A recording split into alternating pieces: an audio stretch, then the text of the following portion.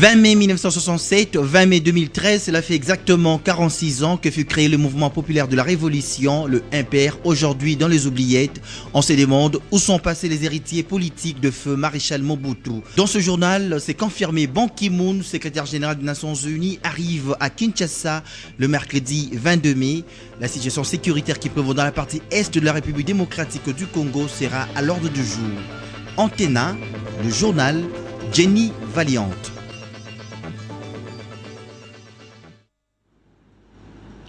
Bonsoir mesdames, messieurs et bienvenue à cette grande édition du journal sur Antenne A. Devoir de mémoire oblige, ce fut un 20 mai comme aujourd'hui, il y a 46 ans que le maréchal Mobutu et ses compagnons ont créé le MPR, Mouvement populaire de la Révolution. 4 ans après sa création, soit en 1971, le MPR deviendra un parti-État avant d'être dissous en 1991 par son propre concepteur, le maréchal Mobutu. Marie-Ange Mshobekwa, Sylvie Fortuné-Boula nous en parle.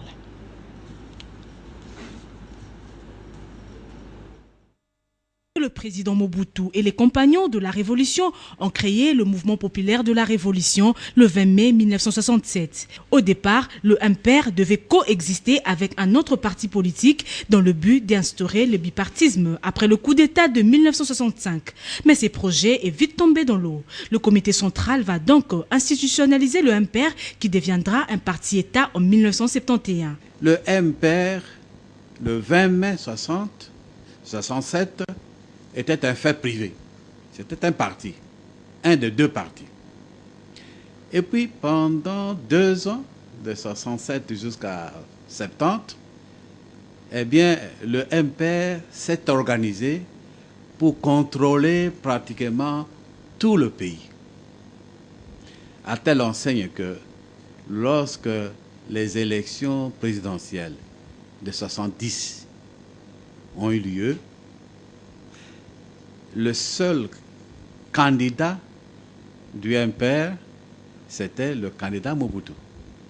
C'était le candidat, le seul qui a été retenu et qui a été élu. Quelque temps après, en 1970, le MPR va organiser ce qu'on appelle un congrès extraordinaire. Et ce congrès extraordinaire pour l'institutionnalisation.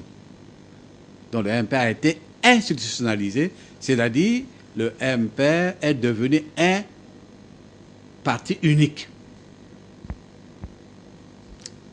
À partir de ce moment-là, eh bien, on a mis fin au multipartisme, au bipartisme, parce qu'il y avait deux partis. On a mis fin au bipartisme et on avait un parti unique. Et le MPR a continué 3 ans après, en 74. Le MPR a radicalisé son système pour devenir un parti-État.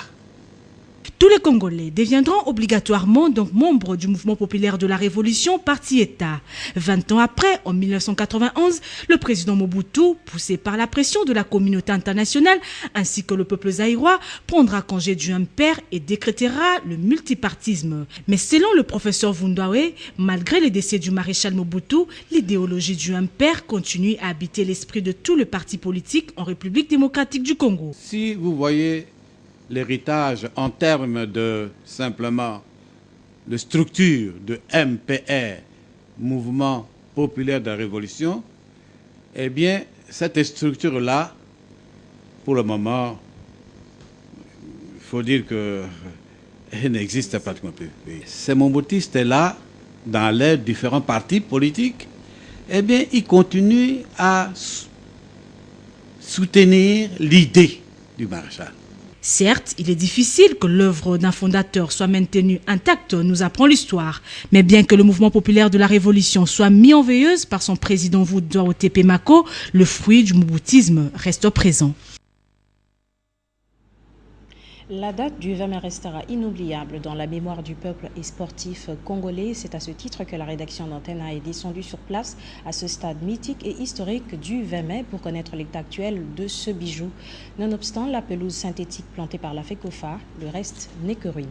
Patrick Borel-Moukidi. Vu de l'extérieur, les stades du 20 mai restent mythiques.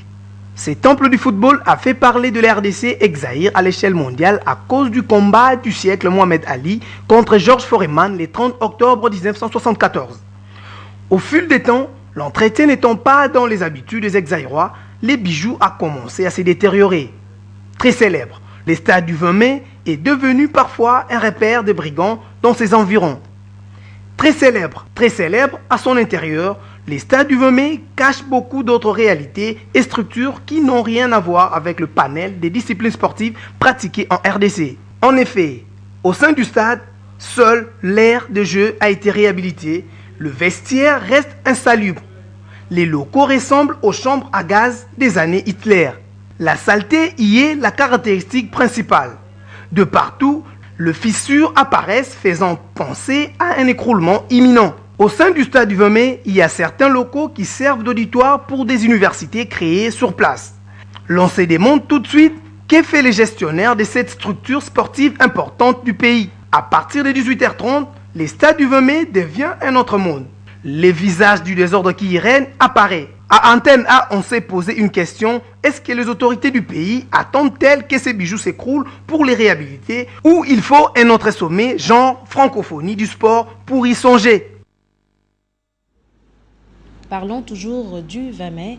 C'est le stade et le quartier qui, ensemble, portent le nom du 20 mai. Ce stade a fait connaître la RDC à l'échelle planétaire sous le président Mobutu Sese Seko. Suivez ce commentaire de Eric Izami. En RDC, un temple sportif a porté longtemps le nom du stade du 20 mai. En effet, construit par le père des Scouts, Raphaël de la Quétulle de Riauve en 1952, 6 ans avant l'indépendance de la RDC, le stade Roi-Baudouin, alors du changement du régime du 24 novembre 1965, changeait également quelque temps après des noms. Le 20 mai a symbolisé pendant des années dans l'ex-Zaïre la création du MPR, Mouvement populaire de la Révolution, parti-État. Il faut dire que c'est au stade du 20 mai qu'a eu lieu le 30 octobre 1974 le combat du siècle Mohamed Ali contre George Foreman. 20 mai, ce n'est pas seulement ces temples du football. 20 mai, c'est aussi ce quartier jouxtant le stade Tata Raphaël ou stade du 20 mai. Au Congo, c'était une société belge immobilière. C'est la même société qui a construit le quartier. C'est une société belge. Malheureusement, le quartier n'est plus comme avant l'indépendance, parce qu'il était le 3e quartier de la ville de Kinshasa. Vraiment, pour côtoyer même le quartier ici, les gens avaient peur, même les gens de Matongo, les gens de Kaouka, avaient peur de côtoyer le quartier, parce que c'était vraiment le quartier des évolués de ces temps-là. Et puis bref, et à part ça, comme on a eu la chance d'être à côté du grand stade de notre pays, à ce moment-là, stade Ouagadougou, après le stade Tata Raphaël, après le stade du 20 mai, nous avons eu grâce que nous tous les enfants qui ont grandi dans ces quartiers, nous sommes des sportifs. Nous souhaitons que ça se fait comme ça un jour, que les quartiers deviennent beaux. Initialement appelé Imo Congo, puis Imo Zaïre, ce quartier qui venait après la Kalina, Gombe aujourd'hui, limité, garde encore certaines de ses coquettes maisons intactes, même si l'asphalte a vieilli, faute d'entretien approprié. Parlons CENI dans ce journal. Désignation éventuelle de l'abbé Apollinaire Malou Malou à la tête de la future CENI. Eh bien, les forces acquises au changement opposition ont désapprouvé cette idée le samedi 18 mai 2013. Elles ont à cet effet publié une déclaration. Sylvain Kapombo-Sengele, Africa Moujenga pour les détails. Entités de confessions religieuses, excepté l'Église catholique, auraient jeté leur dévolu sur l'abbé Apollinaire Malou Malou comme délégué représentant de la société civile au poste de président de la Commission électorale nationale indépendante. Cette annonce a été perçue comme une véritable bombe pour les forces acquises au changement opposition. Pour les forces opposition, M. l'abbé Malou Malou ne peut pas à la fois faire partie de la délégation du gouvernement, donc de la majorité au pouvoir. Pour les forces opposition, la désignation de M. l'abbé Malou Malou n'a pour objectif que de noyauter la CENI dans le dessein d'assurer la continuité du régime politique actuel. À propos de la création au sein de l'Assemblée nationale d'un groupe parlementaire dénommé IDPS et alliés, les FAC opposition ont précisé. Les FAC opposition saluent-elles la mise en place du bureau réaménagé de l'IDPS FAC composé comme suit. Président, honorable Serge Mayamba. Premier vice-président, honorable Emery Okunji. Deuxième vice-président, honorable Kovo Ingila. Rapporteur, honorable Fabrice Puela. Rapporteur adjoint, honorable Toussé Alonga. Aussi, les FAC opposition ont invité les bureaux des deux chambres du Parlement national à convoquer dans un bref délai la plénière de l'opposition qui permettra d'éviter la question pertinente du porte-parole de l'opposition. Vous le savez, certes, le secrétaire général de l'ONU, Ban Ki-moon, arrive à Kinshasa ce mercredi 22 mai 2013 pour une visite de travail de 2 jours. Il aura des entretiens avec les autorités du pays, notamment en ce qui concerne la situation sécuritaire qui prévaut dans la partie est de la République démocratique du Congo. C'est ce qu'a déclaré le porte-parole de la MONUSCO, Manoj Munubai. Patricia Moli, Duzen Belebele ont signé ce reportage. Confirmé, le secrétaire général de l'ONU, Ban Ki-moon, va séjourner en République démocratique du Congo du 22 au 23 mai 2013. Le secrétaire général des Nations Unies sera à Kinshasa. Il sera accompagné du président du groupe de la Banque mondiale. Ils arrivent à Kinshasa le mercredi. Dans la matinée, ils passeront la journée ici à Kinshasa. Ils passeront aussi la nuit. Durant leur séjour, ils vont rencontrer le chef de l'État, ils vont rencontrer le Premier ministre, ils vont rencontrer le président du Sénat et le président de l'Assemblée nationale. Je pense qu'il y a aussi une réunion qui est prévue avec la société civile. Après Kinshasa, toute la délégation de Ban Ki-moon va se rendre à Goma, dans le Nord Kivu, pour s'enquérir de la situation sécuritaire sur le terrain. Il y a des descentes sur terrain qui sont prévues à Goma et très certainement que le secrétaire général et le président de la Banque mondiale ne manqueront pas d'aller vers les déplacés. En rapport avec les attaques perpétrées dans la nuit du 19 au 20 mai par des éléments du M23 dans quelques territoires du Nord et Sud Kivu, les porte-paroles précisent. En ce moment, nous n'avons pas d'informations confirmées, donc je ne saurais vous en dire plus à ce stade-là. Notons par ailleurs que la visite du secrétaire général de l'ONU fait partie de son agenda de travail qui prévoit une tournée dans les différents pays membres du Conseil de sécurité. En économie, les nouveaux bus achetés par le gouvernement seront mis en circulation à partir du 30 juin 2013 et la première production du domaine agro-industriel présidentiel de la SELE est prévue pour cette fin d'année. C'est l'essentiel de la réunion du groupe thématique secteur productif du gouvernement. Au cours de la réunion à la primature, les détails avec Jean-Louis Miaswekama. Troïka de l'an 2 du gouvernement Matata, tout doit rimer avec le résultat. Cette réunion de ce lundi 20 mai s'est appesantie sur le financement de l'agriculture et la réhabilitation des routes de desserte agricole. Il ne suffit pas de construire des routes, il ne suffit pas de réhabiliter des routes de desserte agricole, il faut assurer leur entretien et cela va notamment passer aussi par le cantonnage manuel. Nous allons donc demander aux différents gouverneurs de province de remettre en place tous ces mécanismes-là de cantonnage manuel, mais aussi de respect des barrières de pluie. La réunion du groupe thématique secteur productif a planché sur plusieurs dossiers, comme celui du domaine agro-industriel présidentiel de l'ANSELE et de l'ouverture des lignes de transport pour les nouveaux bus. Dans les contrats de relance d'AIPEN, au jour d'aujourd'hui, le gouvernement s'est acquitté en grande partie de ses obligations et nous avons la certitude d'annoncer qu'à la fin de l'année, nous pourrons avoir, n'est-ce pas, la première production provenant de l'AIPEN. En rapport avec la mise en exploitation des premiers bus commandés par le gouvernement. Nous avons retenu la date du 30 juin pour la mise en circulation en fait, de ces bus. Dans un premier temps, nous avons levé l'option pour qu'on retienne 2 axes, notamment l'axe Kingasani-Asuka jusqu'à Gare Centrale en passant par le poste et l'axe Gare Centrale Kitambo Magasin. L'équipe du secteur productif a choisi le site de Maïko, dans la province orientale, pour y construire une cimenterie. Les négociations de Fatima entre le gouvernement et l'intersyndicale de la santé du 16 au 17 mai 2013 se sont bien déroulées. Selon le vice-premier ministre en charge du budget, Daniel Mukoko Samba, le banc syndical des infirmiers a adhéré à la politique du gouvernement qui vise à rechercher des solutions pour pallier aux problèmes de rémunération des infirmiers. Reportage signé Africa Mojenga. C'est une garantie assurée par le vice-premier ministre, ministre du budget, Daniel Mukoko Samba, à l'intersyndicale de la santé sur le projet du gouvernement des barèmes intermédiaires. Par ailleurs, sur le plan financier, il a été accordé une majoration des salaires mensuels à partir du mois de juin prochain. Je voudrais vous rassurer que ce que nous avons convenu ne restera pas lettre morte.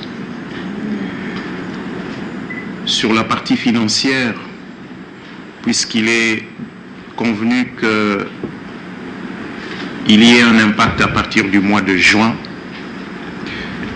je prendrai dès le début de la semaine prochaine la décision qui s'impose. Vous savez que nous liquidons la paye trimestriellement. La paye d'avril, mai, juin avait donc déjà été liquidée. Le professeur Daniel Mukoko Samba a rappelé que le gouvernement central n'arrivera pas à régler tous les problèmes en un seul exercice budgétaire. Le plus important, c'est de commencer à partir du budget 2014 et nous donner une échéance, peut-être 2 exercices, peut-être 3 exercices budgétaires. Mais comme je ne cesse de dire à mes collaborateurs, l'un des indicateurs que je me suis donné, c'est que, à brève échéance, chaque fonctionnaire, chaque mois, puisse avoir un bulletin de paye. Sur le plan administratif, le gouvernement compte améliorer le statut professionnel des infirmiers. La société de télécommunications Tigo a procédé le week-end dernier au lancement de la nouvelle connexion Internet 4H+ à Kinshasa et au Bas-Congo. Cette nouvelle connexion Internet va permettre aux abonnés de Tigo de rester connectés sur les réseaux sociaux en temps réel. Les détails avec Patricia Molengo Mbolekuni sur les images de David Temeni. La nouvelle connexion Internet 4H+ est une réalité à Kinshasa. C'est à la suite du lancement de cette nouvelle technologie par Tigo le jeudi dernier. En effet, cette cérémonie de lancement officiel a connu 3 temps forts. D'abord, le directeur général de Tigo, prenant la parole en premier lieu, après son mot de bienvenue, a mis l'accent sur une brève présentation de la société Tigo et du groupe Millicom. Le groupe Millicom est une société qui appartient à une holding suédoise qui s'appelle Kinnevik, qui est présente dans beaucoup de pays. Le groupe Millicom a été créé en 2000. Il est représenté dans le monde entier, et notamment dans 3 continents, l'Amérique centrale, l'Amérique du Sud et l'Afrique.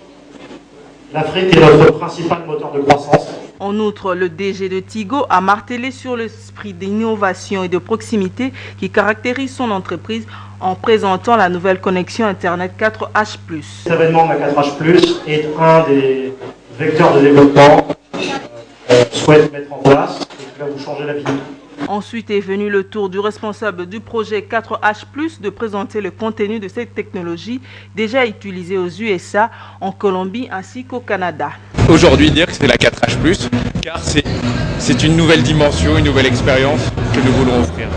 Mais avec des prix très compétitifs, avec les meilleurs téléphones dernier cri, donc les Galaxy S4 qui viennent de sortir, BlackBerry Z10, l'iPhone 5, et donc on a un ensemble de téléphones qui vous permettent d'accéder à la meilleure expérience. L'usage de la 4H+ est simple, il suffit d'avoir un téléphone adapté et de modem afin de recevoir de forfaits que Tigo a offert à ses abonnés. Grâce à la 4H+, vous pouvez recevoir et envoyer de fichiers et communiquer en temps réel.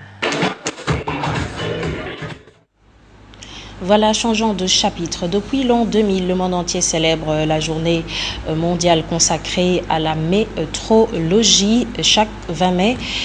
Et pour l'année 2013, le thème retenu est la métrologie dans la vie quotidienne. Qu'entendez-vous par métrologie et quel est l'objectif de sa commémoration? Les détails des explications avec Nora Olondo-Yeloua dans ce journal.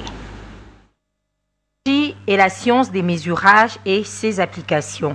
Cette journée a été instaurée avec comme objectif d'encourager la sensibilisation et l'utilisation de la métrologie au travers le monde.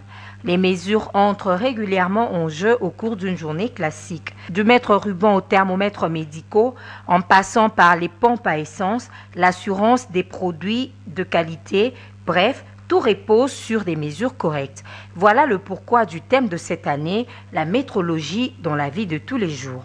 En plus, les contrôles du respect des transactions commerciales se réalisent entre autres par la mesure. De nos jours, la métrologie voit son domaine s'élargir pour répondre aux besoins d'autres disciplines scientifiques et techniques et plus largement dans la plupart des domaines de la société contemporaine.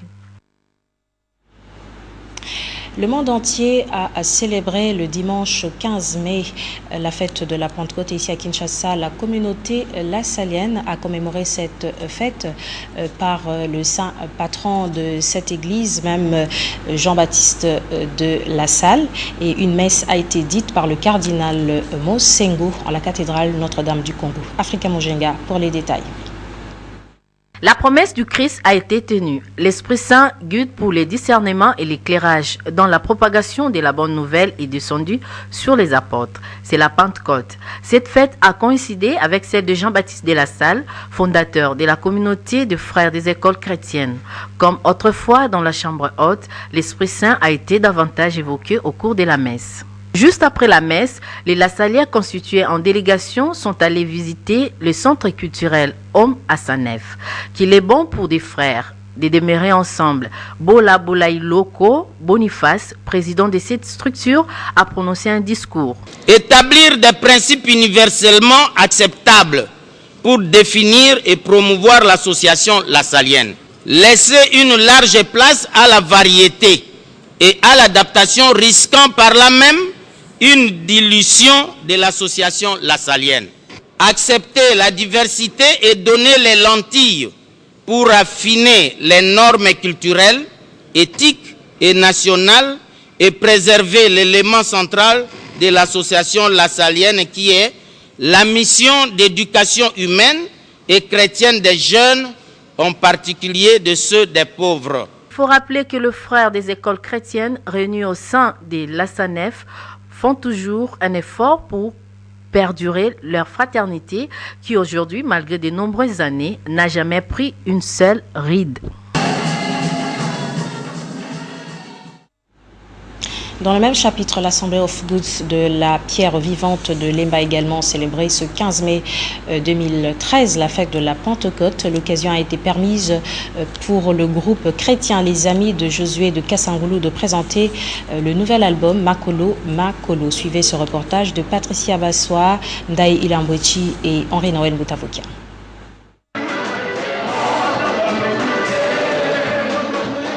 C'est au cours d'une célébration de la Pentecôte à l'église AOG Piva de Lemba que le groupe chrétien Les Amis de Josué de Kassangoulou ont agrémenté la fête chrétienne commémorant la descente du Saint-Esprit sur les apôtres. Au cours de sa prédication, le pasteur Grace Soumbela a parlé de la manifestation du Saint-Esprit dans notre vie à travers l'épître d'Ézéchiel.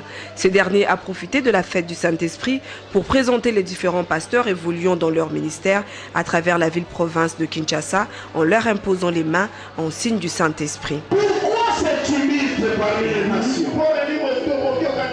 C'est vain de penser parmi les peuples.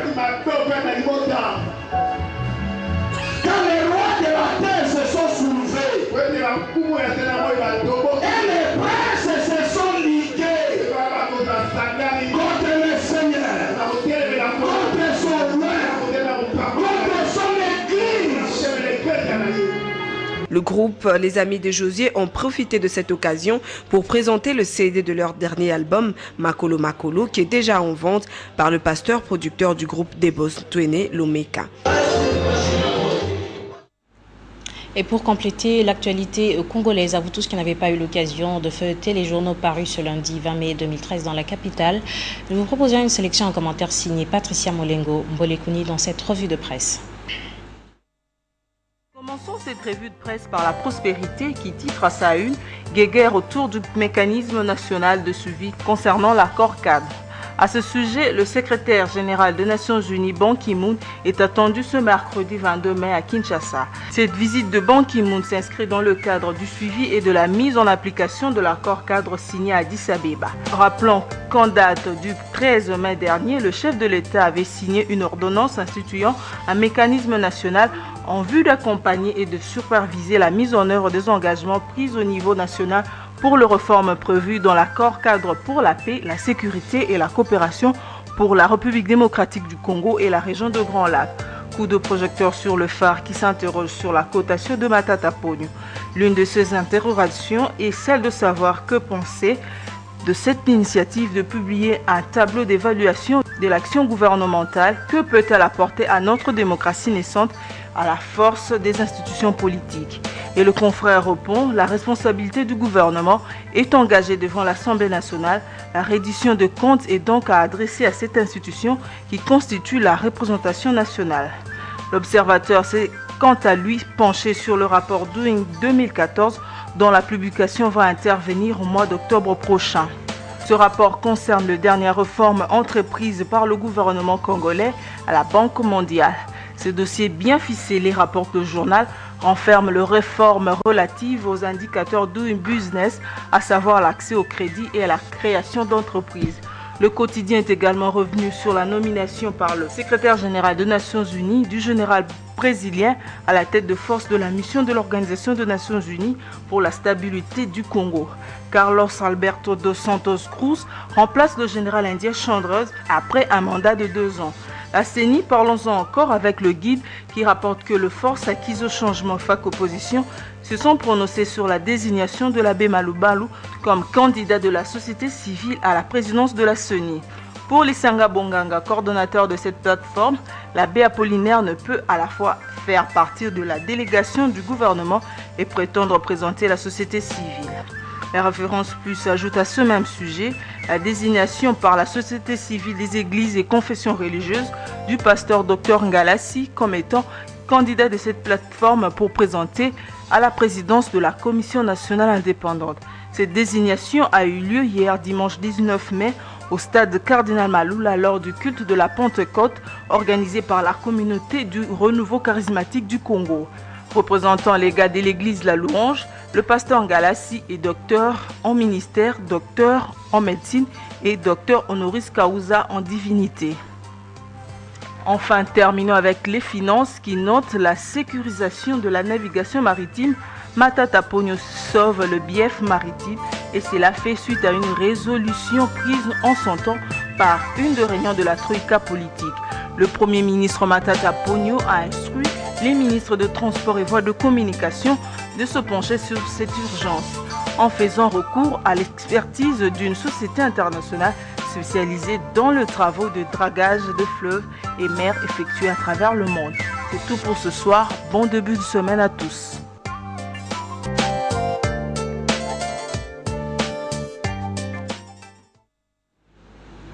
Fin de ce journal. Merci aux 2 capitales les plus proches, Kinshasa et Brazzaville, de nous avoir suivis. L'information continue sur www.antennatv.com. Merci à vous tous qui nous suivez depuis la province de l'Équateur. Bonsoir.